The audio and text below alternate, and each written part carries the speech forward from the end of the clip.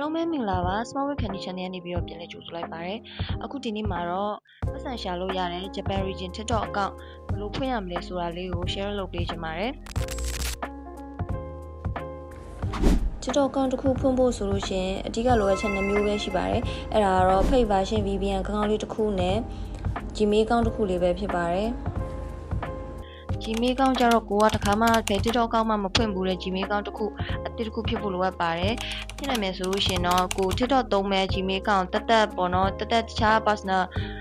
account အနေနဲ့ခွဲပြီးထားရင်တော့ပို့ပြီးတော့အဆင်ပြေပါတယ်အဲ့လိုလဲကြံပေးရပေါ့နော်အဲ့တော့တကယ်လို့ Gmail account မရှိလို့ရှိရင်တွားပြီးတော့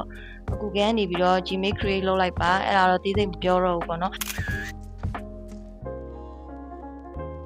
ကိုက Japan Region TikTok account ဖွင့်မှာဖြစ်တဲ့အတွက်ကြောင့်မလို့ Japan ကိုရွေးရမှာပါကိုကတကယ်လို့ Korea account ဖွင့်နေဆိုလို့ရှင်တော့ Korea ကိုရွေးပေးပေါ့နော်အဲ့တော့ကိုက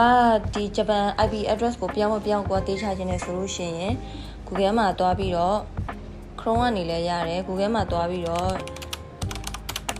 What is my IP address လို့ရှာလိုက်ပါ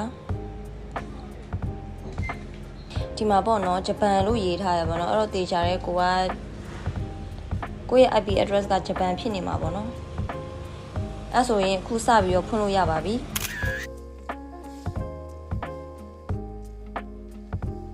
ပြီးတော့နောက်တစ်ဆင့်အနေနဲ့ TikTok sign up လို့ရှိုက်ပေးပါ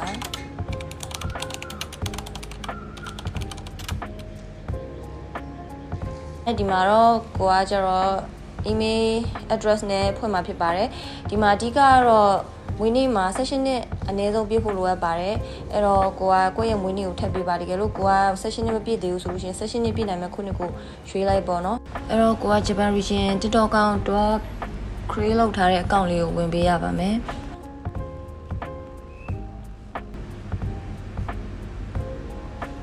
password ရိုက်ထည့်လိုက်ပါ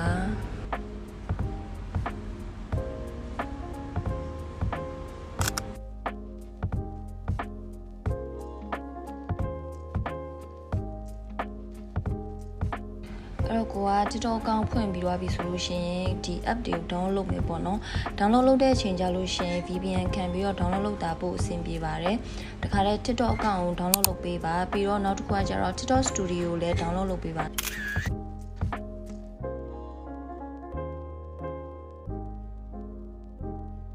အဲ့တော့ကိုက app ကို download ပြီဆိုလို့ရှိရင် account ထဲကိုဝင်ပေးပါ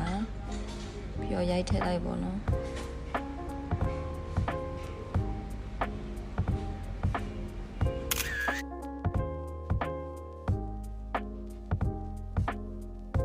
login ဝင်ပြီးလို့ရှိရင်ကိုကောင်က Japan Region ဟုတ်မဟုတ်ဘယ်လိုသိနိုင်လဲဆိုတော့ TikTok Studio နေပြီးတော့တွားပြီးတော့စစ်ပါမယ်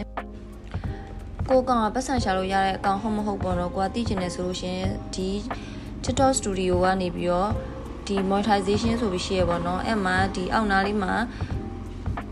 Creator Reward Program ဆိုတာရှိရပေါ့နော်အဲ့ဒါဆိုလို့ရှိရင်ကိုကဒီမှာ balance က0ဖြစ်နေရပေါ့နော်ဒါတော့ account တင်မလို့ဆိုတော့ဒီ account ကကျတော့ပတ်စံရှာလို့ရတဲ့ account ပဲဖြစ်ပါတယ်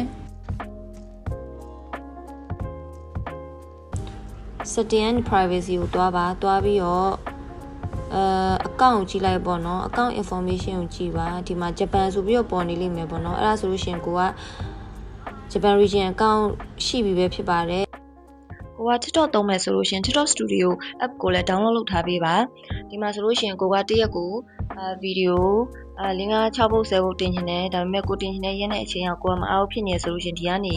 ကြိုပြီးတော့ schedule လုပ်ပြီးတော့တင်ထားလို့ရရပေါ့နော်ဒီမှာဆိုလို့ရှိရင်ကိုကဒီတစ်ခုကိုတင်မယ်ပေါ့နော်ဒီခုကိုတင်မယ်ရှင်းထည့်မယ်အညာရေးမယ်ပေါ့နော်တင်မယ် description တွေပါရေးမယ်ရေးပြီးတော့ဒီမှာ schedule ဆိုတာကိုကြိုက်တဲ့ရက်တွေနဲ့အချိန်တွေနဲ့တင်လို့ရမှာဖြစ်ပါတယ်ဆုံးထိကြည့်ရှုပေးတဲ့အတွက်ကျေးဇူးများတင်ပါတယ်ဒီဗီဒီယိုလေးကိုကြိုက်ညက်တဲ့ဆိုလို့ရှိရင် like and subscribe လေးလုပ်ခဲ့ပေးပါဒီလိုနောက်ဗီဒီယိုမှာကိုတင်စေခြင်းတဲ့ topic လေးရှိရဆိုလို့ရှိရင်လည်း comment မှာရေးခဲ့ပေးလို့ရပါတယ်နောက်ဗီဒီယိုမှာပြန်လည်ဆုံတွေ့ကြမယ်နော်ပျော်ရွှင်စရာနေ့လေးဖြစ်ပါစေ